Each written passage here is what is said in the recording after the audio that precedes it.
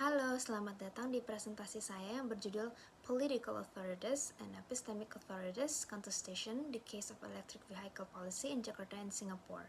Saya, Mikaela Arditya Sakanti dari BINUS University, akan memaparkan hasil penelitian mengenai dinamika otoritas politik dan epistemik dalam kebijakan kendaraan listrik di Jakarta dan Singapura.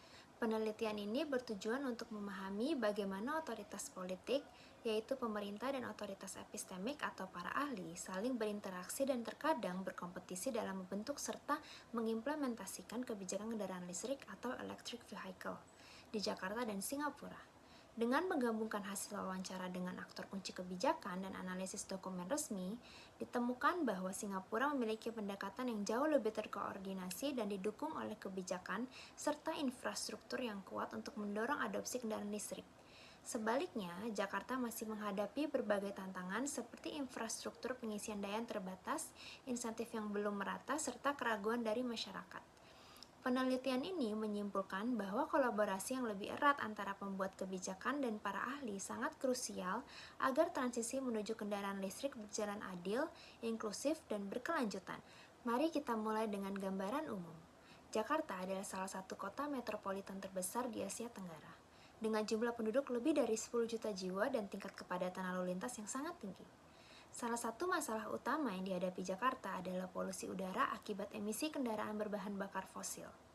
Pemerintah Jakarta telah mulai memperkenalkan kebijakan insentif fiskal untuk mendorong penggunaan kendaraan listrik baik untuk kendaraan pribadi maupun transportasi umum seperti bus Transjakarta.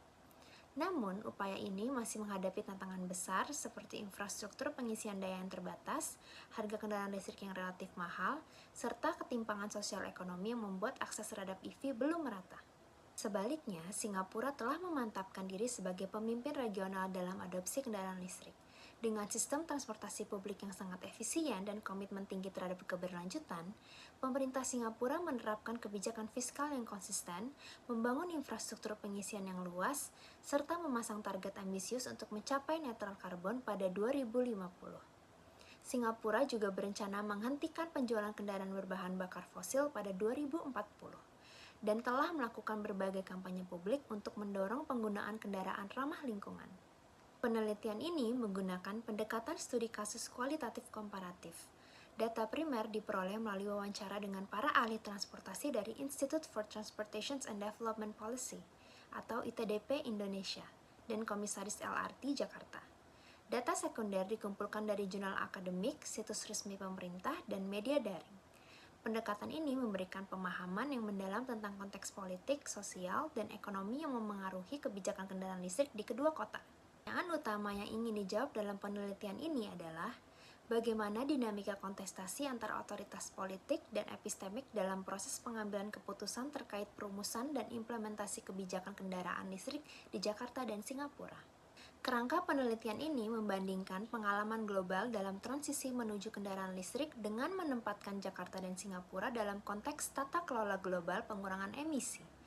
Penelitian ini juga menganalisis bagaimana otoritas politik atau pemerintah dan otoritas epistemik atau para ahli saling berinteraksi, apakah saling melengkapi atau justru bertentangan dalam perumusan dan implementasi kebijakan EV. Contohnya, di Jakarta, peran ITDP dan LRT Jakarta sangat penting sebagai sumber pengetahuan dan rekomendasi kebijakan, sementara di Singapura, Blue SG dan LTA menjadi aktor utama dalam pengembangan kebijakan dan infrastruktur EV. Beberapa literatur utama yang menjadi rujukan, yaitu Schroeder dan Iwasaki membahas situasi kendaraan listrik di negara-negara ASEAN termasuk kebijakan insentif dan rantai pasok EV. Juga, Budi Haryanto menyoroti dampak perubahan iklim dan polusi udara di Indonesia, serta peran besar sektor transportasi sebagai penyumbang emisi. Serta, Feng Shui dan Evan Gui mengulas perjalanan Singapura dalam mengembangkan elektromobilitas dan tantangan yang dihadapi seperti kebutuhan infrastruktur pengisian di kawasan perumahan. Studi ini juga mengadopsi teori tata kelola global yang menekankan pentingnya sinergi antara otoritas politik dan epistemik untuk menghasilkan kebijakan yang efektif dan berkelanjutan.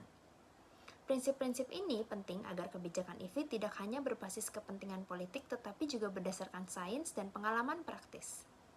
Mari kita lihat hasil penelitian secara lebih rinci. Di Jakarta, infrastruktur pengisian daya masih sangat terbatas, terutama di luar pusat kota. Harga kendaraan listrik masih tergolong mahal sehingga hanya terjangkau oleh kalangan menengah ke atas. Insentif pemerintah lebih banyak dinikmati oleh pemilik kendaraan pribadi bukan transportasi umum. Tantangan lain adalah pengelolaan limbah baterai dan kekhawatiran masyarakat terhadap jangkauan kendaraan listrik. Data menunjukkan bahwa jumlah kendaraan listrik di Jakarta masih sangat kecil dibandingkan total kendaraan bermotor. Sedangkan di Singapura, pemerintah menargetkan pembangunan 60.000 titik pengisian daya pada tahun 2030.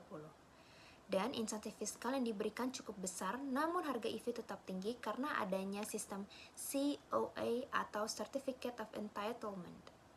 Tantangan utama adalah biaya dan penyediaan infrastruktur pengisian di kawasan residensial karena sekitar 80% warga Singapura tinggal di apartemen HDB yang belum semuanya memiliki fasilitas pengisian. Data menunjukkan pertumbuhan jumlah kendaraan listrik yang signifikan namun masih didominasi oleh kelompok berpenghasilan tinggi. Di Jakarta, insentif EV lebih banyak diarahkan ke kendaraan pribadi. Hal ini menimbulkan kritik karena dianggap tidak adil dan kurang efektif dalam mengurangi emisi secara signifikan. Para ahli merekomendasikan agar insentif lebih difokuskan pada transportasi publik seperti bus listrik. Di Singapura, pemerintah berperan sebagai otoritas politik sekaligus epistemik.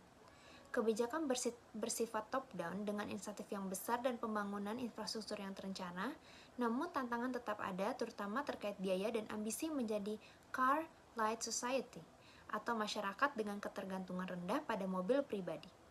Di kedua kota, insentif EV seringkali lebih banyak dinikmati kelompok berpenghasilan tinggi sehingga masih ada masalah keadilan akses. Beberapa dilema dan tantangannya adalah 1. Infrastruktur pengisian daya yang belum merata, 2. Harga kendaraan listrik yang masih mahal, 3. Kurangnya edukasi dan sosialisasi kepada masyarakat umum, 4. Tantangan daur ulang baterai dan dampak lingkungan jangka panjang. Kesimpulannya yaitu, Singapura menunjukkan pendekatan kebijakan kendaraan listrik yang lebih terintegrasi dengan sinergi antara otoritas politik dan epistemik, insentif yang komprehensif, serta infrastruktur yang kuat. Sedangkan Jakarta masih menghadapi tantangan besar, terutama dalam hal infrastruktur, persepsi publik, dan distribusi insentif yang belum merata. Keberhasilan implementasi kebijakan kendaraan listrik sangat bergantung pada kolaborasi efektif antara pemerintah dan para ahli, serta adaptasi kebijakan untuk memastikan keadilan dan inklusivitas dalam mendukung transisi energi yang berkelanjutan. Terima kasih telah menyimak presentasi ini. Saya harap paparan ini dapat memberikan wawasan baru tentang pentingnya sinergi antara pemerintah dan para ahli dalam mewujudkan transisi kendaraan listrik yang adil dan berkelanjutan khususnya di Asia Tenggara.